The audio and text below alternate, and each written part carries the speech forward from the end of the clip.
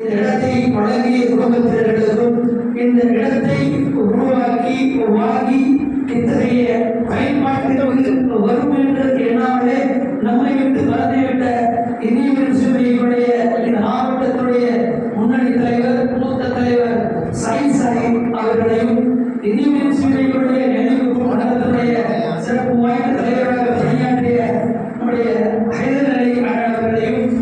அதே போல் இந்த நினைவு மாநகரத்துக்கு ஒரு தனி மாவட்டத்தோடு கலந்தாங்க என்று யாருமே எதிர்பாராத இந்த காலகட்டத்திலே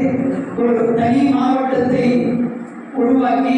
அந்த மாவட்டத்திற்கு தலைமையேற்கும் பொறுப்பை நம்முடைய மறைந்த அண்ணன் ராஜா நிர்மலா அவர்களுக்கும் வழங்கி ஒரு சிறப்பான மாவட்டமாக உருவாக்கி வழிநடத்திய இப்படிப்பட்ட பெரியவர்களை எல்லாம் நினைவு கூற வேண்டிய தருணமாக இது இருக்கிறது. அவர்களை பற்றி நாம் நிறைய பேசுவதற்கு அவருடைய சேவையை சுட்டிக்காட்டுவதற்கும் இருந்தாலும் நேரத்துடைய நன்மைகளை அப்படிப்பட்ட நீண்ட நடிகை வரை நீட்டிக் கொள்ளாமல் இந்திய யூனியன் முஸ்லிம் லீக் என்பது இந்த நாட்டிலே ஒரு மூத்த அரசியல் கட்சியாகவும் இந்த நாட்டில் இருக்கக்கூடிய சட்ட திட்டங்களை ஜனநாயக அடிப்படை கோட்பாடுகளை அரசியலமைப்பு சட்டத்தை பின்பற்றி அதை தூக்கி பிடித்து அரசியல் செய்யக்கூடிய ஒரு மாபெரும் அரசியல் பேரியக்கமாக இருந்து கொண்டிருக்கிறது. இந்த நாட்டிலே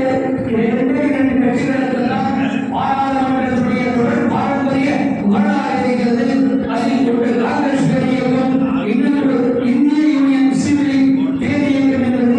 நாம் எல்லோரும் அறிந்த தெரிந்த ஒன்று. அப்படிப்பட்ட ஒரு பேரியக்கத்திற்கு கடலூர் வடக்கு மாவட்டத்திலே சொந்தமாக